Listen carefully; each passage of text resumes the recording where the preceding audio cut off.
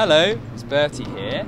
I'm in not-so-sunny London tracking down a famous UK cosplayer called Laura Sindall, who's very kindly invited us to her house, to her workshop, so we can see what she does as she puts together a brand new costume for EGX London in September.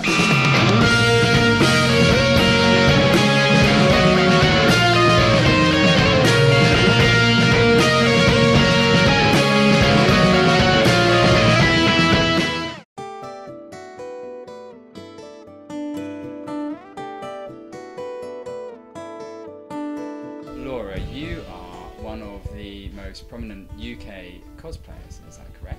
I'd like to think so. Okay, where did this all begin? Let's go right back to, I don't know, maybe when you were a child, whenever this maybe started. How did this begin? So, like every kid, I love dressing up. And I think the first time I actually got into cosplay, or really was aware of it, was when I actually started playing video games. I think I was maybe about 15 or 16 when I really started playing games, when I actually had a PlayStation. Do you remember what games they were? So what I really got into was all the Final Fantasies I got really into. Oh, okay.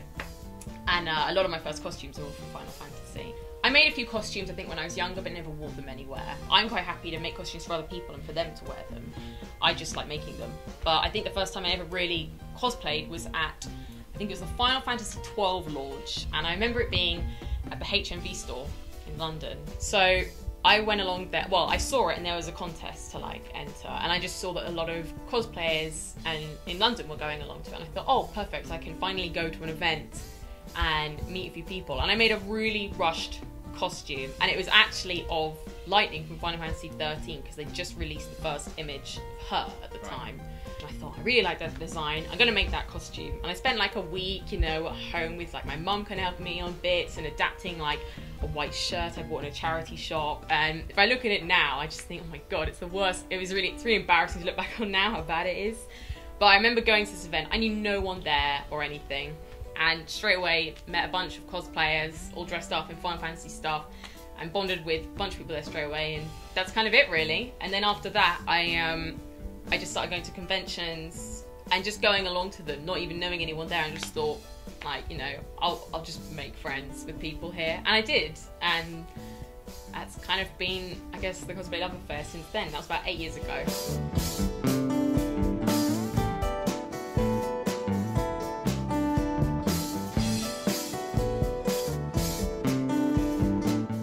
I went to the Bournemouth Arts College, where I did a foundation in art and design for a year. Then I moved back to London. I went to the London College of Fashion, where I did a technical effects for performance degree. So it's like a special effects degree. And through that I learned a lot more about costume making, and a lot of the people there as well were really interested in it. And then I graduated and got a full-time job at a special effects company and still make costumes. You've been employed by video games companies to dress up, to cosplay. Yeah. When did that when did you feel that things were getting a bit more serious? So that all stemmed from Tecmo Koei. Really, I have to thank them for a lot of it. They were really encouraging of me and a few other cosplayers. They saw the work that we did and they thought, oh wow, you guys make great costumes, you should come along to some of the conventions. And they kind of supported us, and they took us out to conventions. I think I've been to Paris with them 3 times, to the Video Games Expo out there, and to Japan Expo twice with them, where we then made costumes for them to kind of promote their games and enter contests, and we won a few awards. And through that I then started getting approached by other companies, seeing that I was making these costumes for them and that it was quite successful. And so from there I started getting approached by 2K, and I made some Duke Nukem costumes for them. Because you look a lot like Duke Nukem. I know, just like him. I was actually probably one of the harder costumes I've done, because the guy who wears the costumes, Oliver Price, he's this amazingly huge bodybuilder, and just finding jeans that would like fit his massive, like, you know, sort of bulked out thighs was quite difficult. So that was surprisingly challenging, but it was a really fun one to do because he really brought the character to life. And then since then, I've worked for several other companies. I've worked with Namco, with Sony, with Microsoft, Nintendo, and then 2K and Tecmo Koei. Yeah. So it's not always necessarily you in the costume?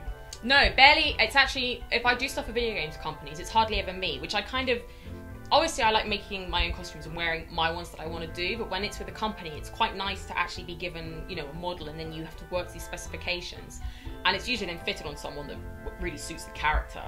And then it looks great when you see it at an expo, and like you know, all the hard work's paid off, and you see someone wearing it there, and everyone's taking their picture, and you know, they look just like the character.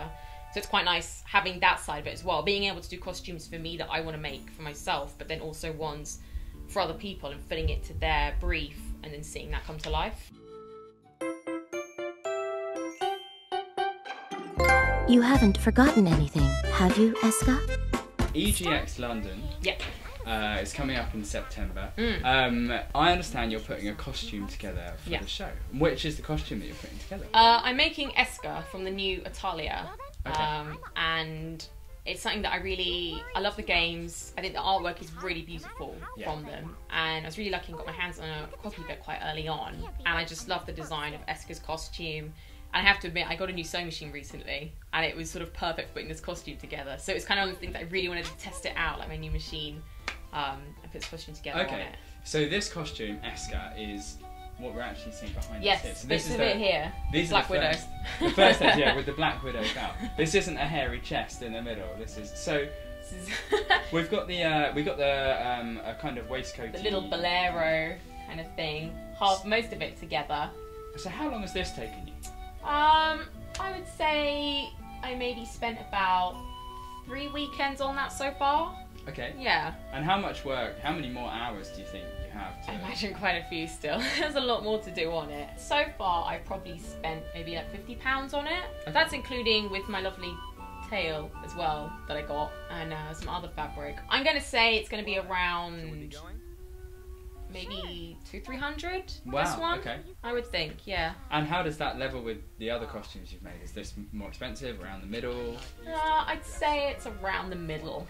Okay, Logy, is there anything you would like to see? Well, thank you for talking to us, Laura. Thank you for inviting us up here. I look forward to seeing you in a couple of months' time, see how your costume's getting on. Do a bit more of it then. Thank you for watching, everybody. Do remember to subscribe for more videos for the next instalment of this as we run up to EGX London in September. It's bye for us for now.